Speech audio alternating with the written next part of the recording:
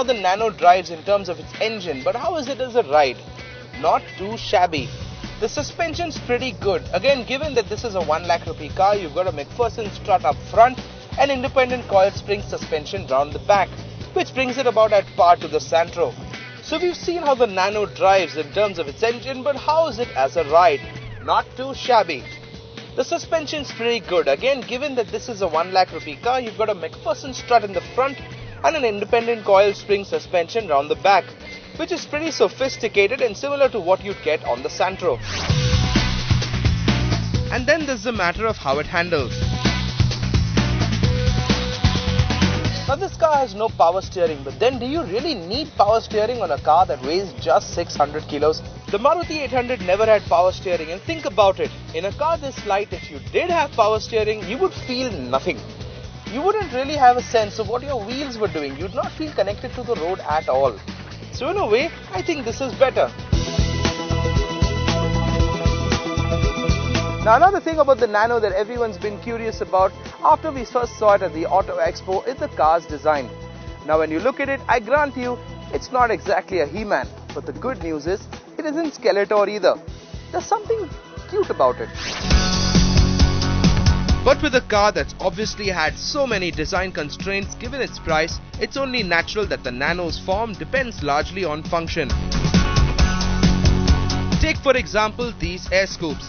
The rear doors have to be a little smaller to make space for them, otherwise your engine's gonna get no air. At the same time, you have big front doors and the car's pretty tall, 1.6 meters to be exact, which makes it taller than a Santro Zing. But what that height does is make it easy for even a tall person to get in and out of the front seats really easily. True that. And if you look at the entire design of the car, there aren't too many curves or creases except this one at the front, which sort of breaks up the monotony. Now that's for two reasons. One, because, well, there isn't much space to play with.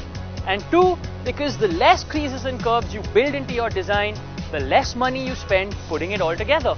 Simple, really. And on the inside, it's not bad at all. There's a lot more room in here than you'd expect. I mean, this thing might be shorter than the Maruti 800, but it is wider. When we first saw the Nano, we were worried that the two rear seats would be fake seats, you know, like the ones in the Reva, where you couldn't fit anything larger than a midget. But in here, you could put two kids or adults in the back easily without cutting their legs off. The only necessary thing that's missing in the basic model of the Nano, and let's face it, is air conditioning. In the Indian summer, you are going to miss it. How safe is it? Because I'm a little worried, because once you pay a little less, you feel that maybe it's not that safe. Yeah, I mean, it's been passed by whatever body it passes cars. I'm guessing it's safe enough. I won't even feel safe sitting in that car. It's like paper thin. The car will fall apart after 1 year. It's like a 50-50 chance of that. Like, it can be safe, it cannot be safe. That car isn't safe at all. That's the main reason we won't go for that car. Now with a car this cheap, the one thing everyone's going to be wondering is it safe? And when you look at it, you get the sense that it is, sort of. I mean, ever since this thing was unveiled at the Auto Expo, people have come up to us and asked us, oh, I've heard the car's made of plastic, or oh, I've heard the car's made of fiberglass. People, this is a car, not a water bottle. Just like any other car, it's made out of sheet metal. It's got a monocoque frame. This is a safe car, and that's not all. Tata's given the car two A-pillars to reinforce the frame and to make it safer. They say the doors are intrusion-proof as well, and the glass on the tailgate is bonded to the body.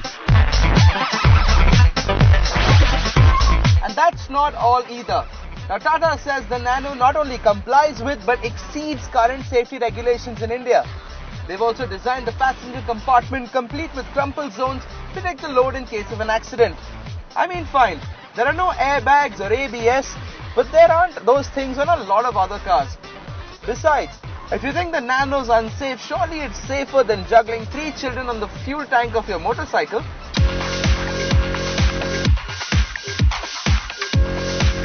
So right now you're thinking to yourself, hang on, this is a 1 lakh rupee car, and yet it seems to have been designed just like any other normal car. How is that possible? I think that's because when it comes to design, this car really hasn't been designed like any other small car. I think actually if I had to pick a car that's similar to it in terms of design, I'd have to pick the Bugatti Veyron. This is the Bugatti Veyron, and it is one of the fastest, most extreme production cars in the world. It has a top speed of 407 kilometers per hour. It has a W16 engine that does close to 1000 horsepower, and it costs close to 8 crore rupees. So how is this humble 1 lakh rupee car like a car that costs 8 crores? Simple. It comes down to design philosophy. There's no real sense in doing it. You do it because it can be done. Now when Volkswagen, which makes the Veyron, first set out to make it, they were told it couldn't be done.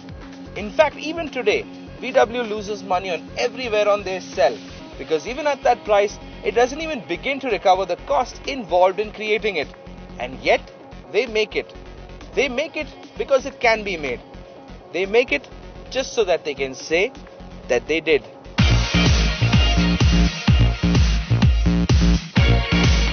Now you'd have to be pretty foolish to believe that the only reason Tata built this car was for bragging rights, or to be able to say, hey, we built the first 1 lakh car. No, that's not the only reason, but there is a sense of that sense of determination to do something with design that just hasn't been done before. In fact, to do something that people said just couldn't be done at all. I mean, look at the way most car companies work. You build a car and then based on how much it cost you, you put a price on it. Tata had to go the other way around. First, they put a price. They said, look, this car is going to cost 1 lakh rupees.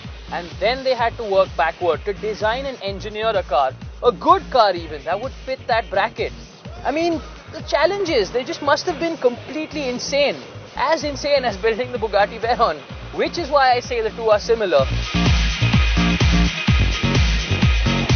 Now, it's the little things that Tata has done that have added up. Like, for example, the rack and pinion assembly on the steering wheel. It's usually made up of 2 parts, but Tata have turned it into 1 because that saves on assembly cost. Look at this instrument cluster, which is in the center instead of on either side. Because that way, whether you're making it for a left-hand drive country or a right-hand drive country, it just stays in the middle. And that saves on assembly cost as well. I mean, that doesn't cut down the quality of the product at all. It's just smart thinking hard at work. That's all.